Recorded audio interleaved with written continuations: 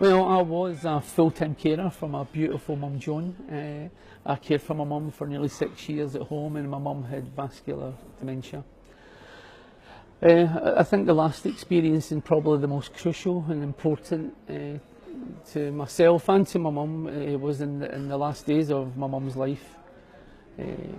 My mum had been quite poorly for a while and been in and out of hospital a few times, and I was quite unsure, kind of stumbling through it as a person and stumbling through what to do most days. And in the last mornings, I went in to wake my mum up, to give her breakfast and her medication, and I couldn't wake my mum. And I really didn't know what to do.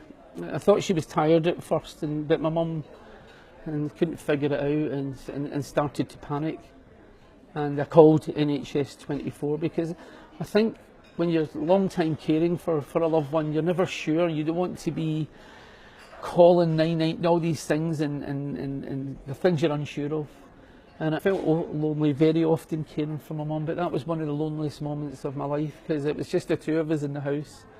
I was unsure what to do, and I was unsure where to go, and I called NHS 24, and I had an amazing experience in such a dreadful time, if you can describe it like that.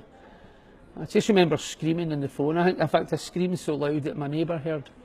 Didn't come in, but they heard. And I had tried to have a conversation about that my mum won't wake up, and I don't know what to do. And the person I spoke to was amazing. They calmed me down. They got me to check a couple of things, and while I did that, I remember saying, you know, I don't know if I should call 9. I don't really know what I should be doing just now. And while I was doing that, they called the emergency services for me and stayed on the phone with me. And at the loneliest moment of my life, and amongst many lonely moments, I didn't feel as lonely because somebody was maybe not physically beside me, but they were right beside me.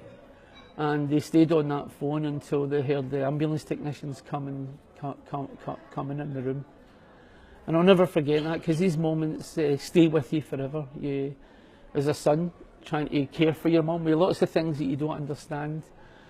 These moments also help you through that moment, bring a wee bit of hope or clarity, but they also help you recover in many ways because these are the moments that define and stand out in everything you've tried to do, everything you're hoping to do, and the bits you get wrong stick with you a long time, and the bits you didn't understand often overpower the good bits you do, and that's the bits you sit and think about. So with a clearer head now and reflecting back, I realise how important that moment was, that somebody understood that I was scared, understood that I was maybe agitated and fearful and possibly angry. You know, I was angry at dementia and the things that it had taken from us, and was where I could see in front of me was finally taken from us. So that stuck with me, that relationship.